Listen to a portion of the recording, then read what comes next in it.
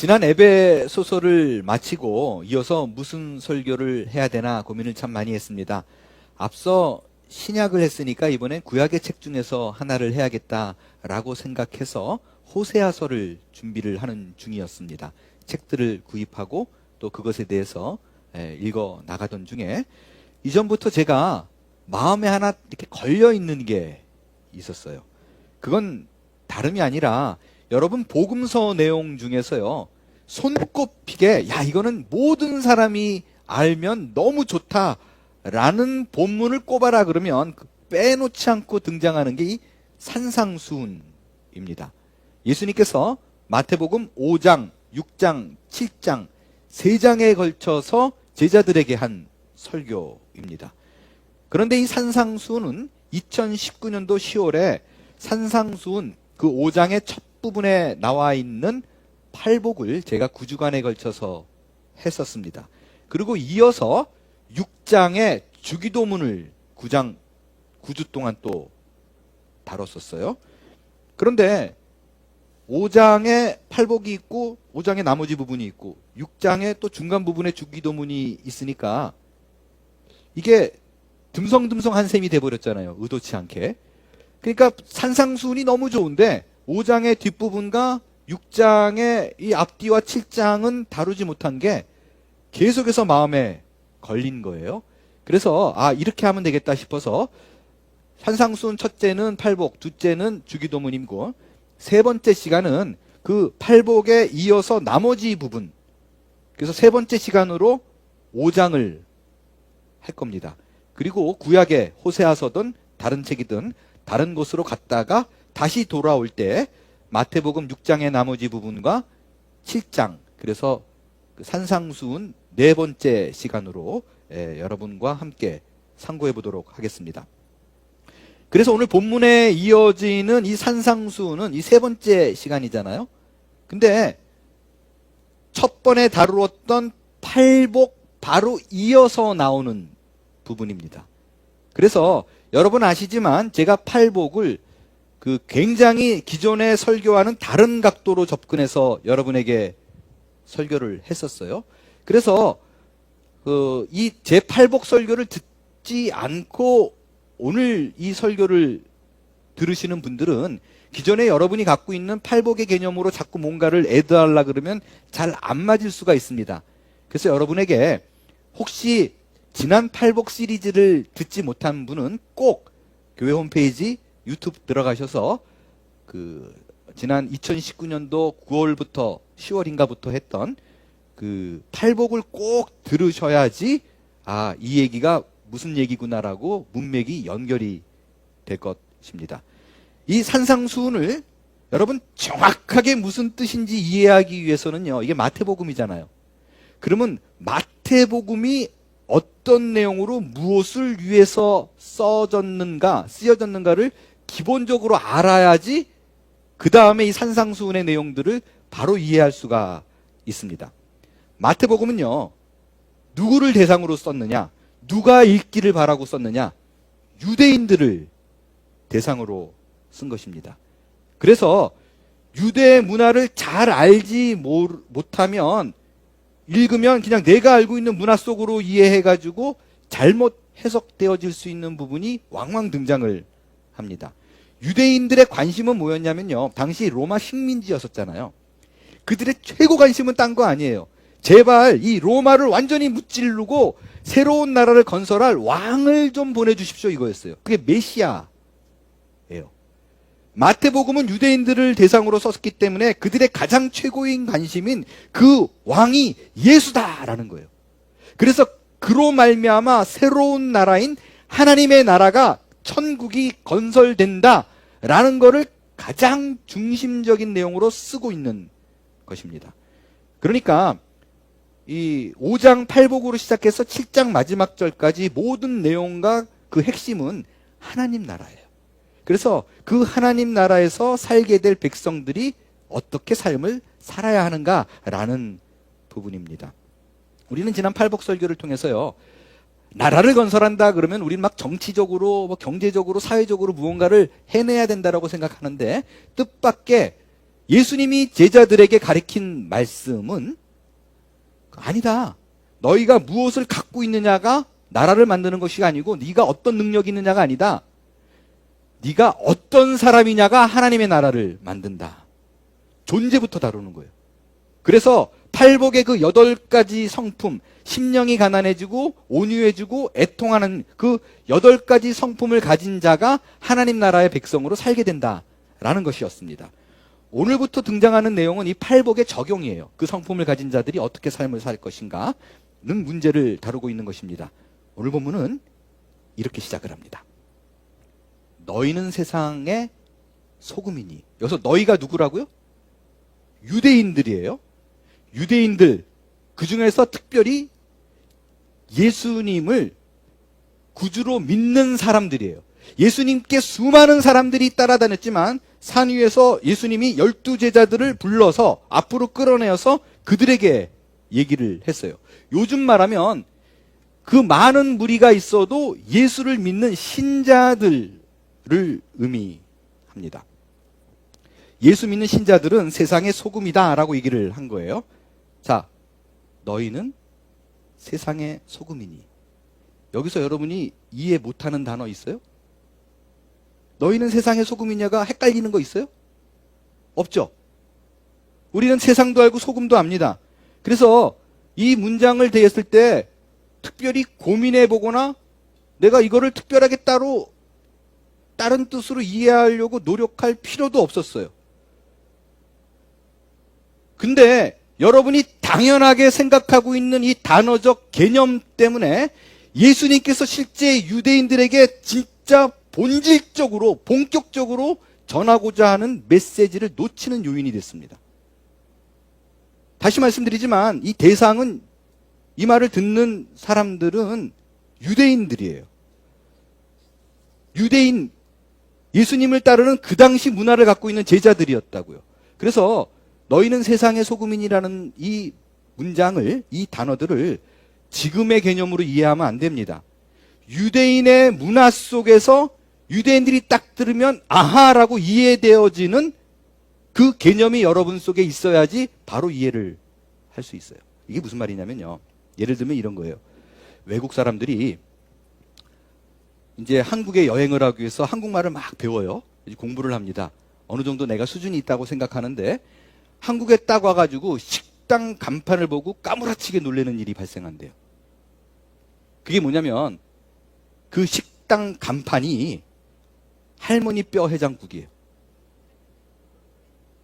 우리는 이 할머니 뼈 해장국이라는 얘기를 들으면 할머니가 사랑을 담아서 소 혹은 돼지 뼈로 우려낸 국이다라고 생각하는데 이 사람들은 할머니 뼈로 국을 만들었다라고 생각한대요. 그러니까 할머니 산채 비빔밥 놀라는 거예요. 더 놀라는 거, 엄마 손 파이.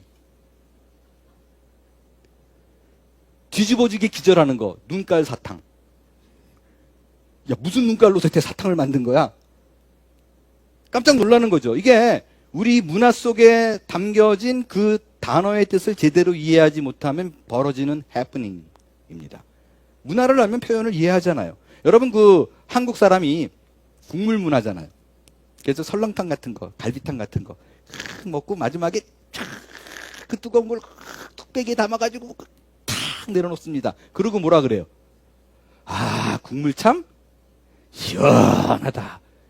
옆에 외국인 들으면 도대체 무슨 소리를 하는 거지? 펄펄 끓고 그 끓는 거를 뚝배기에 담아냈는데 우리는 시원하다라고 얘기를 합니다. 문화를 알지 못하면 그 단어의 뜻을 알 수가 없어요. 오늘 본문의 세상이 정확히 그런 의미입니다. 여러분, 이 세상이란 단어가 한국말로 사실 의역한 거예요.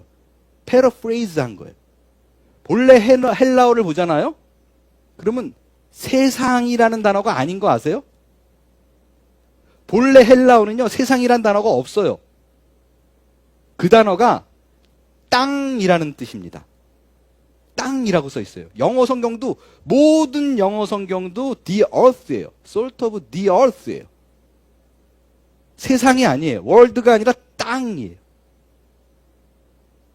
아니, 마태가 왜 굳이 세상이라고 말해도 될 텐데 땅이라고 꼭 집어서 말을 했을까? 라는 부분이에요. 그거는요, 유대인들이 갖고 있는 세계관 때문에 그랬습니다. 유대인들은요, 땅 그러면 어떤 개념이 먼저 싹 들어와 있냐면 하늘의 반대 개념이에요. 하나님이 계신 곳은 하늘이에요. 그 반대 개념, 즉 악한 세상이 주관하고 지배하는 곳이라는 개념이 굉장히 강합니다. 물론 우리가 알고 있는 세상 전체를 대변하기도 하지만 유대인들이 제일 먼저 땅 그러면 들어오는 인식이 악한 곳이다. 하나님이 없는 곳이다. 라는 뜻입니다. 그렇기 때문에 여기서 중요한 포인트를 여기서 예수님이 말할 때 가장 중요한 포인트 하나 짚어야 될 부분이 뭐냐면요. 예수님께서 야 너희는 세상의 소금이야 라고 말할 때 그 세상이 땅이잖아요. 그렇기 때문에 예수 믿는 공동체를 의미하는 게 아니에요. 예수를 믿는다는 건 뭐예요? 예수를 믿는다는 것은 하나님이 함께한다라는 의미입니다. 그래서 너희는 세상의 소금이 되라라 그럴 적에 분명한 거는 예수 믿는 공동체 안에서 소금의 역할을 감당해라. 교회에서 소금 역할을 해라는 뜻은 분명히 아니라는 것입니다. 예수 믿지 않는 저 땅, 저곳에서 소금 역할을 해야 돼라는 거예요. 왜 이게 이토록 중요한가?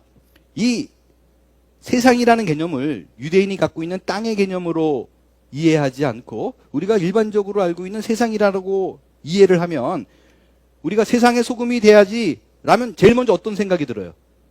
그래, 내가 서 있는 이곳, 내 위치에서 소금의 삶을 살아내야 된다라는 생각이 들어요. 물론 신자는 그렇게 살아야 돼요. 그것이 뭐 예수 믿는 공동체든 아니든 그곳에서 내 역할, 내 위치, 소금의 일을 잘 감당해야지요. 하지만 정말 예수님이 콕 집어서 말하고자 하는 거는요, 예수 믿는 공동체가 아니에요. 거기를 제외한 세상, 예수 믿지 않는 그곳입니다. 내가 예수를 전해야만 하는 곳이에요. 예수를 믿지 않기 때문에 반드시 그들에게 하나님 나라가 어떠함을 소개하면서 예수 믿는 공동체로 끌어올 대상이 사는 곳, 그것을 얘기하는 거예요. 거기서 소금의 역할을 감당하라고 얘기합니다. 그러니까 우리가 그런 표현 많이 쓰잖아요. 천국은 침노하는 거예요. 막 세상을 치고 들어가는, 너희가 그렇게 액티브하게 있어야 된다라는 의미입니다. 지금 말씀을 듣고 있는 우리가 알고 있는 그런 브로드한 개념인, 일반적인 개념인 세상이 아닌 걸 알았어요. 그러면 유대인들이 들었을 때 하나님이 없는 곳, 악한 곳, 그곳에서 소금의 역할을 하라. 그들 입장에서 제일 악한 사람들 누구예요? 로마를 지금, 그러니까 유대 땅을 지금 점령하고 식민지 백성 삼은 로마인들이에요. 그리고 그 로마인과 결탁해가지고 빌부터 먹고 살고 있는 앞잡이 노릇을 하고 있는 종교 지도자들입니다. 유대인들 입장에서는요, 로마는 생각만 해도 이가 갈리는 사람들이에요. 마치 일제시대에 한국 사람들이 일본 사람들 이 갈듯이 나를 압제하고 공격하고 답답하고 통곡을 하고 때려 죽여도 시원찮은 저들, 그게 로마 사람들과 당시 유대 지도자들입니다. 저 원수들에게 가가지고 내가 소금 역할을 하라는 거예요. 빛 역할을 하라는 것입니다. 예수님이 말하고자 하는 의도는 거기 있어요. 이 말씀의 무게가 다르지요? 사뭇 느낌이 다르지 않나요? 세상이라는 것과 저 원수들에게 가라는 것과. 우리는 지금까지 이것을 단순한 세상으로 알았습니다. 그래서요, 세상에 소금이 되라 그러면 우리는 어떻게 반응을 했어요? 그래, 정말 내가 이제부터는 이렇게 살면 안 되겠다. 내가 속해 있는 그 자리, 이 자리가 어디냐? 교회구나. 그래서 이곳에서 무던히 이 공동체 안에서 소금의 역할을 하려고 노력을 했어요. 그런데 예수님의 삶은 그 수준을 넘어서라는 거예요. 여러분, 그렇기 때문에 예수님께서 말씀하신 세상의 소금이 되라라는 말의 은혜를 받으면요, 이 공동체 안에서 야, 정말 우리 교회 좋구나, 천국이네, 여기서 찡구짱구하고 지내면 안 돼요. 우리끼리 서로 희생하고 격려하고 참아내고 양보하면서 그 사실에 감동받고 서로 격려하고 가고 있다면 아직 예수님께서 우리에게 요구하고 있는 신자의 삶이 무엇인지 모르고 있다는 거예요. 그냥 소금통 안에 있는 거예요. 다 소금인데 뭐. 이를 위해서 여러분이 알아야 될 사실이 하나 있어요. 그건 잘 보세요. 13절을 잘 봐요. 13절에 예수님이 뭐라 그러냐면 정확히 자, 너희가 이제부터 세상의 소금으로 살거라. 소금이 되거라. 라고 얘기했나요? 그렇게 얘기하지 않았어요.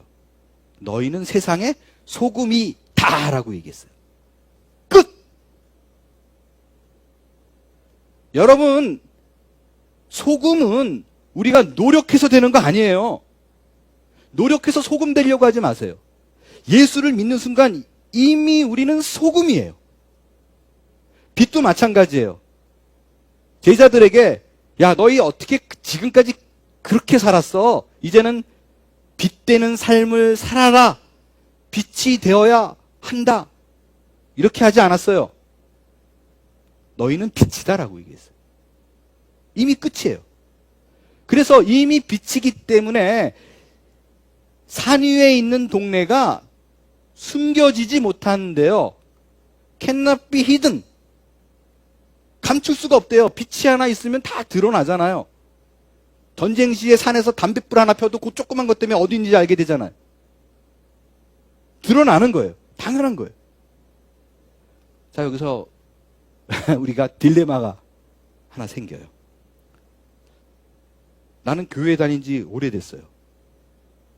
알고 보니까 소금이래요. 근데 난 소금이라고 얘기하는데 안 짜요. 싱거워요. 생각해보니까 내가 누군가에게 가지고 맛을 내게 해준 일도 없어요. 난 빛이라고 얘기하는데 누군가 나를 보고 빛을 발견한 것처럼 좋아하는 일이 없어요. 오히려 한참 밝은 곳에 내가 가면 어두워져요. 그러면 난 도대체 뭐지? 라는 문제가 발생합니다. 여러분, 만약에 예수를 믿는 사람들에게 너 왜 그렇게 살아? 이제부터 소금이 되어라. 소금처럼 살아라.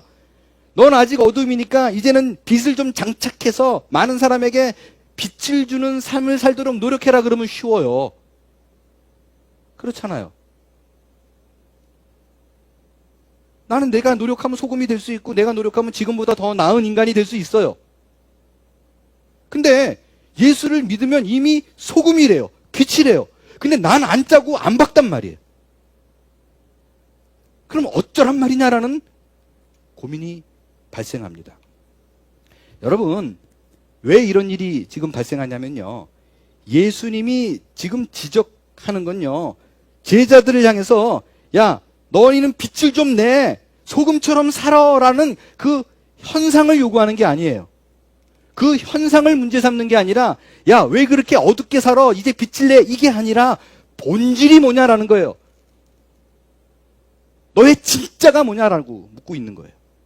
그러니까 내가 무엇을 하느냐, 무엇을 하지 않느냐, 그것보다 예수님이 훨씬 더 많이 관심을 갖는 건 네가 누구냐라는 거예요. 본질의 문제예요. 우리에게 너 정말 신자야? 라고 묻는 거라고요. 정말로 네가 가슴에 손을 얹었을 적에 나는 예수를 구주와 주님으로 믿어. 진짜야? 라고 묻는 거예요. 우리의 신앙은 언제나 내가 신앙인이라는 걸 대변하기 위해서 얼마나 짠가, 내가 얼마나 큰 빛을 내기에 그것을 중심으로 두고 사는가를 위해 달려갑니다. 그래서 내가 신자라는 것을 어떤 모습으로 보여요? 전도를 열심히 하거나 선한 일을 하거나 누군가에게 반드시 막 도움을 줌으로써 내가 그 일을 행하기 때문에 내가 그리스도인이라고 생각합니다. 여러분, 그런 선한 일로, 그런 착한 일로, 그런 윤리적 도덕적인 일로 내가 그리스도인을 증명할 수 없어요. 나는 이렇게 사니까 빛과 소금으로 많은 사람들에게 영향을 주니까 예수님이 나보고 빛이요 소금이니까 그리스도인이다 라고 말할 걸로 착각하지 마세요. 그런 현상을 두고 예수님은 관심이 없어요. 뭐냐? 본질의 문제예요. 네가 누구냐? 여러분 마태복음 7장에 보면 예수님을 따랐던 많은 사람들 중에서요, 이런 사람들이 있어요. 막 예수님이 좋으니까 막 복음도 전해요. 선지자 노릇을 해요. 그리고 막 귀신도 쫓아내고 병도 고쳐요. 권능을 행했음을 예수님 앞에서 쫙 늘어 놓습니다. 그때 예수님이 내가 선지자 노릇하고 귀신 쫓아냈어요. 능력해서 병자도 일으켰어요. 그럴 때 예수님이 뭐라고 대답했어요? 그 얘기 듣자마자 잘하였도다 충성된 종아 라고 얘기했나요? 아니에요. 예수님의 대답은 아주 단호하고 소름 끼칩니다. 내가 너 누군지 모르는데 너 누구야? 나한테 떠나. 난 너 누군지 몰라였어요. 여러분, 그 사람들은 착한 일을 했어요. 악한 영에게 고통받고 있는 사람들로 하여금 악한 영에서 풀려나게 해주고 주의 말씀 전하고 병자 고치고 빛된 삶을 살았다고요. 소금 역할을 했다니까요. 그런데 예수님은 그들에게 넌 신자가 아니야 라고 얘기해요. 난 너 누군지 도무지 몰라. 뭘 얘기해요? 여러분, 본질이 바뀌지 않은 채 내가 겉으로 누군가를 섬기고 누군가에게 소금과 빛의 역할을 했다고 해서 신자라는 착각을 버리라는 거예요. 아무 소용이 없어요. 그러면 그 본질을 바꾸려면 어떻게 해야 돼요? 현상이 아닌 본질, 내가 그걸 바꾸고 싶어요. 어떻게 해야 되나요? 다른 그 어떤 방법도 없습니다. 딱 하나, 정말로 예수 그리스도를 내 주님과 구주로 믿는 것, 그거 외에는 본질을 바꿀 수 있는 그 어떤 방법도 없습니다. 여러분, 내가 예수를 주로 믿으면 이미 소금이에요. 그 말은 뭐냐면 소금이다. 본질이 바뀌면 무조건 소금은 짠맛을 내게 돼 있습니다. 내가 비치면 그 작은 담뱃불이라도 반드시 내게로부터 빛이 나오게 돼 있어요. 물론 소금이 그 염도가 얼마나 짜냐, 좀 누군가는 어떤 소금은 좀 싱겁고 많이 넣어야 되고 어떤 소금은 한 숟갈만 넣어도 염분이 강한 소금이 있습니다. 어떤 빛은 조명탄처럼 밤을 그냥 대낮처럼 밝게 해주는 빛을 갖고 있는 사람이 있는 반면에 어떤 사람은 반딧불처럼 그나마 보였다 안 보였다 보였다 안 보였다 그래요. 그럴 수는 있어요. It doesn't matter. 아무 상관이 없어요. 중요한 건 소금이고 빛이면 짠맛이 있고 광도가 있다는 거예요. 그 안에서 빛이 나온다라는 것입니다. 그게 당연한 거예요. 이거 없으면 가짜예요. 가짜예요. 신자인가 아닌가는요, 예수님의 말에 의하면 열매 보면 안 돼요. 배나무엔 배 열리고 포도나무에는 포도 열려요. 그런데 나는 포도라고 얘기하는데 자꾸 사과가 열려요. 가짜예요. 그 나무의 열매가 여러분 나약하고 이렇게 작고 보잘것 없을 수는 있어요. 근데 포도나무에 포도 열매 열려야 돼요. 작아도 돼요. 열려야 돼요. 안 열리면 가짜든지 죽은 거예요. 여러분, 이 시간에 여러분에게 도전해요. 내가 생각할 때 난 짠맛이 없어, 난 빛이 안 나와 라고 생각된다면 심각하게 고민하세요. 나는 어쩌면 한평생을 신앙생활이 아니라 무언가 내가 노력해서 빛이 되려고, 내가 노력해서 소금이 되려는 그런 종교생활을 하고 있었을 확률이 아주 높습니다. 내가 한평생 교회 다녔다는 것으로 구원받지 않습니다. 여러분, 짠맛 내려고 노력하지 마세요. 내 몸에서 빛이 나오게 하려고 몸부림치지 마세요. 오히려 그 노력과 그 힘을 낼 수 있는 에너지가 있다면 내 삶 속에서 과연 예수는 누구인가에 집중하세요. 그거를 심각하게 고민하고 묵상하십시오. 그 모든 에너지를 그곳에 쏟아 놓을 때, 아하, 참으로 그가 나의 구주시요 주님이시다라는 고백이 나오면 저절로 내 안에서는 짠맛이 나오고 내 안에 빛이 흘러나오게 될 것입니다. 이번에 생각해 보는 거는요, 산 위의 동네라고 표현을 했는데 이 산 위의 동네가 뭐냐라는 부분을 좀 생각해 볼 거예요. 우리는 지난 팔복을 통해서 산 위에서 선포되어지는 예수님의 세 계명에 대해서 얘기를 드렸어요. 자, 예수님께서 산상순 산 위에서 제자들에게 말씀을 전합니다. 산 위에서 제자들에게 말씀을 전하는 이 모습은 정확하게 구약의 모세의 모습에서 대조를 딱 이룹니다. 예수님께서 산상순 이 전하는 이 산은 모세의 산과 비교 혹은 대조되는 산이에요. 모세가 12지파의 사람들을 이끌고 시내산에 올라갑니다. 그 시내산에 올라가서 하나님으로부터 10계명을 받아요. 하나님으로부터 받은 그 계명은 하나님께로 인도하는 복된 내용임은 분명하지만 우리는 그거를 지킬 수 없어요. 그 모세로부터 선포되어진 그 계명은 우리를 올가매고 우리를 붙들어두고 우리를 억누르고 우리를 괴롭혔습니다. 근데 신약에 와서 그 하나님이신 예수님이 12제자를 이끌고 산에 올라가서 새 계명을 선포합니다. 근데 이 새 계명은 모세의 계명과 달라요. 모세의 계명은 우리를 누르는 계명이었지만 예수님께서는 새로운 그 사랑의 계명을 선포함으로써 그 모세, 우리를 누르고 있는 걸 완전히 깨부시고 있는 거예요. 그 장면이 지금 산상수훈에서 선포되어지고 있는 예수님의 산상수훈입니다. 그게 사랑의 현장이고 그것이 하나님의 은혜를 우리로 하여금 알게 하는 자리예요. 그래서 율법의 산을 대표하는 산은 신의 산이라면 하나님의 은혜를 가장 잘 표현한 산은 시온산이에요. 그 시온산이라는 그 표현은요, exactly 그 산을 의미하기보다 구약에 보면 항상 예루살렘을 의미하거나 아니면 이스라엘 백성 전체를 말할 때 시온산이라는 표현을 왕왕 씁니다. 그 위치도요, 정확히 예루살렘 도성을 이 산이 끼고 있어요. 여기 앞에 보시면 알지만 여기 오른쪽 아래 그 마운트 자이언이라고 되어 있죠. 거기에 예루살렘 그 성벽 거기 끼고 있어요. 이렇게 밖에 나와 있는 게 아니라 산을 보면 이렇게 끼고 있어요. 이게 지금 요즘 찍은 거예요. 성에서 이렇게 본 거예요. 그 산이라 그래가지고 막 신의 산처럼 높을 줄 알았는데 그렇지 않아요. 영어에 힐이라고 되어 있죠.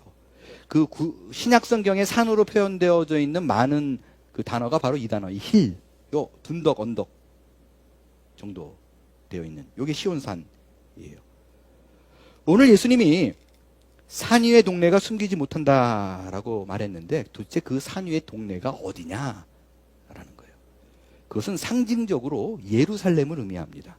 왜냐하면요, 우리말로 지금 산 위의 동네라고 표현되어 있으니까 이렇게 자그마한 요 몇 집 모여 사는 것처럼 느껴지는데 요게 원어는 시티예요.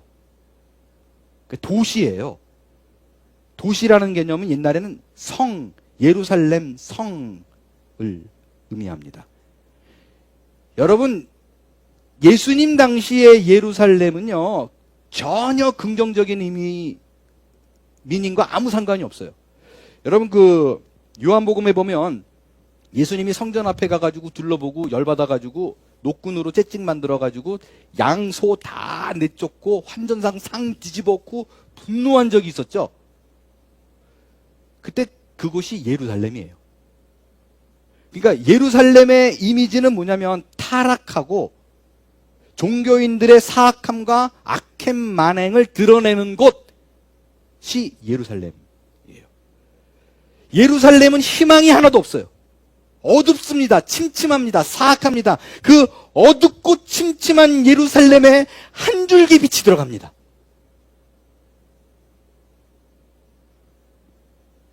이 더러운 예루살렘이 그 한 빛으로 말미암아 세상에 드러나고 그것이 종말에는 참 예루살렘, 하나님의 나라로 회복될 거예요. 이 얘기가 이사야서의 예언으로 나와 있어요. 2장에 보면 2장 2절 3절 제가 다 읽지는 않을 거예요. 근데 여러분들이 집에 가서 보세요. 대강 하이라이트 된 것만 보더라도 예루살렘에 있는 전의 산이 굳게 서고 뛰어나고 거기로 다 사람들이 몰려들 것이고 모두 산에 올라가면서 여러분 이 찬양 아시죠? 오라 우리가 여호와의 산에 올라. 이게 시온산이고 예루살렘을 의미하는 거예요. 시온에서 나올 것이요 예루살렘에서 나올 것이요. 이 예언이 회복될 것을 이루어질 것을 얘기하고 있는 거예요. 이 회복이 그 한 빛으로 말미암아 회복되고 그 한 빛으로 말미암아 드러나게 될 거예요.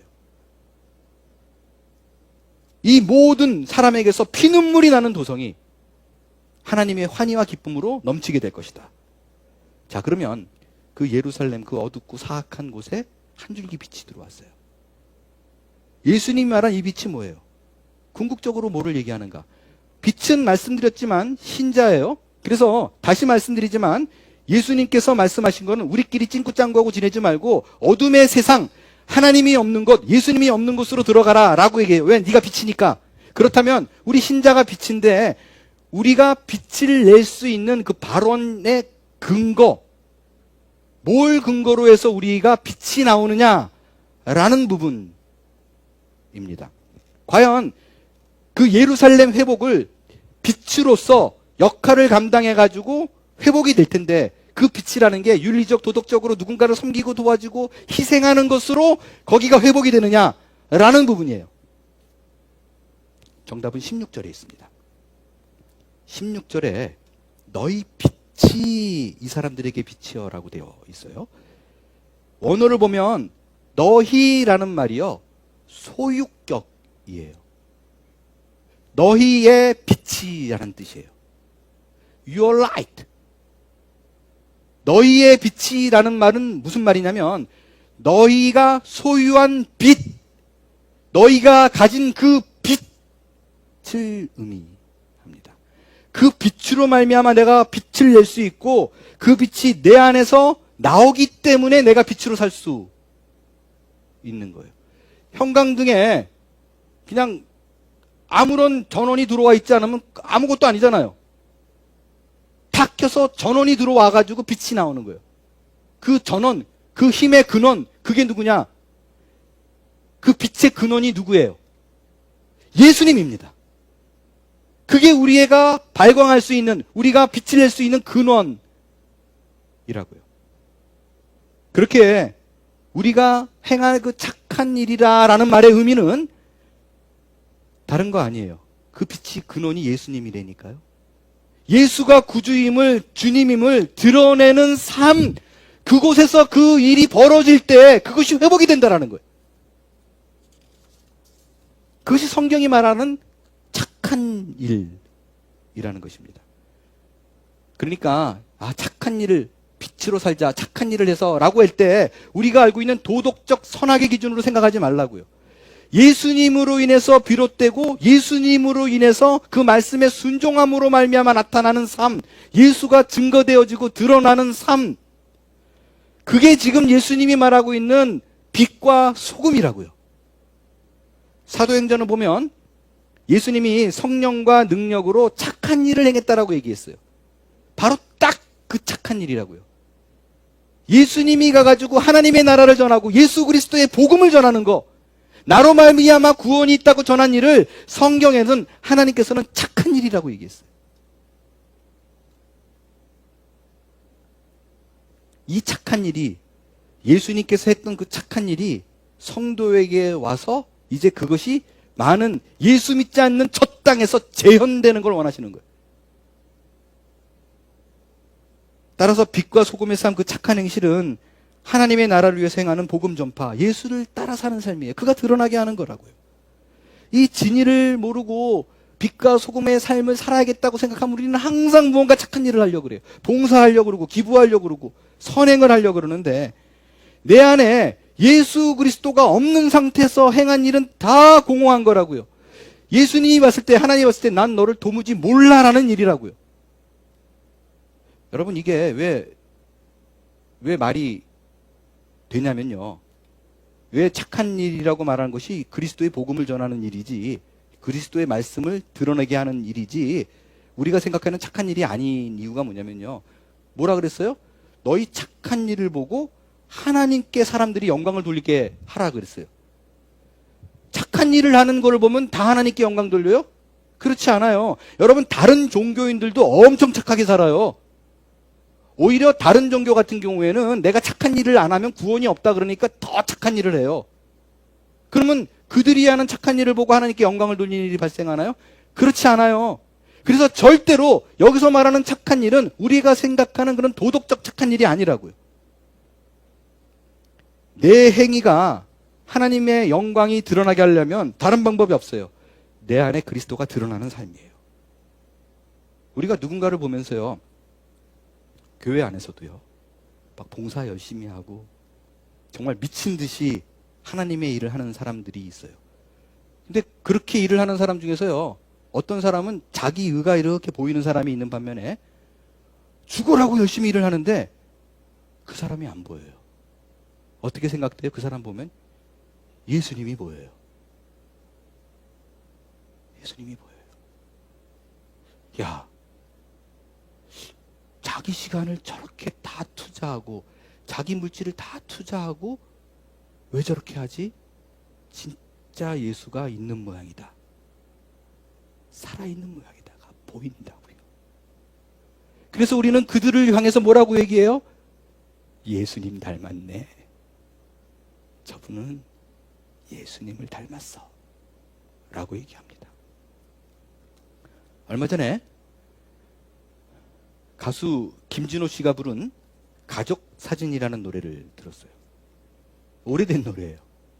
몰랐었는데 어떻게 이 노래가 제 유튜브에 뜨게 됐는지 모르겠는데 어떤 알고리즘으로 어느 날 보니까 그 김진호 씨가 부른 가족 사진이라는 노래가 이렇게 딱 떴더라고요. 왜 그런지 모르겠지만 제가 그냥 또 우연히 그걸 클릭을 해서 그 노래를 들었어요. 근데 정말 아무 기대 없이 틀고 들었는데 그 가사가 저를 얼마나 울리던지, 그 밤에 제 서재에서 얼마나 제가 꺽꺽거리고 이렇게 깰까봐 저를 막 흔들어 놓더라고요. 많이 울었어요. 가사의 내용을 대강 정리하면 이런 거예요.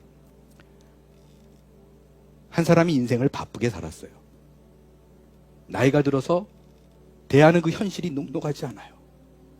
날마다 여기 깨지고 저기 깨지고 쓰러졌다가 다시 일어나면 또 깨질 일이 벌어지고 이런 삶을 살았어요.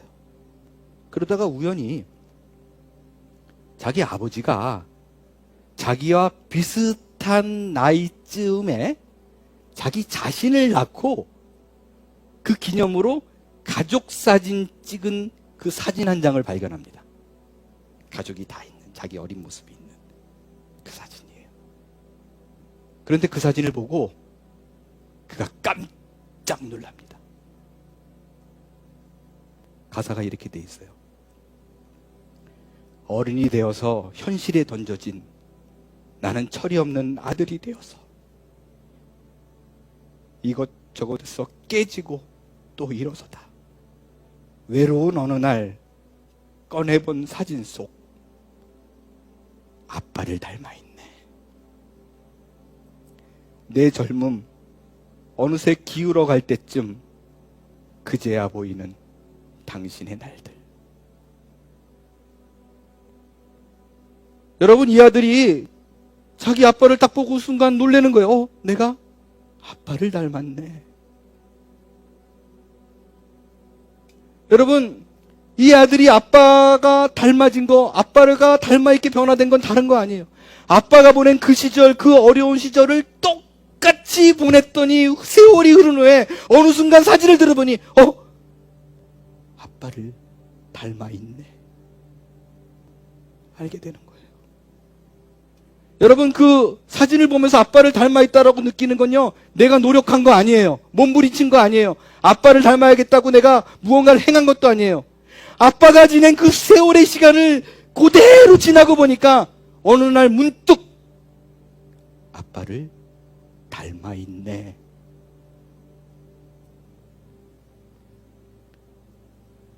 우리 신자의 최고의 찬사는 예수를 닮았다는 말일 거예요. 여러분, 그 예수를 닮는 길은 내가 아무리 착한 행동을 해서, 내가 아무리 누군가를 섬긴다고 해서 절대로 예수를 닮을 수 없습니다.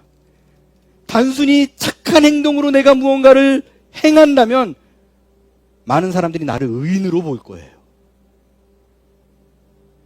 예수를 닮는 유일한 길은 다른 사람으로부터 예수를 닮았다는 소리를 듣는 그 유일한 길은 내 삶 속에서 참으로 예수를 구주와 주님으로 믿어서 그분의 길을 내가 기꺼이 따라가려는 그 말씀에 순종하는 삶의 과정을 통해서 결국엔 어느 순간 모든 사람들이 허허 웃다가 탁 보고 얘기할 거예요.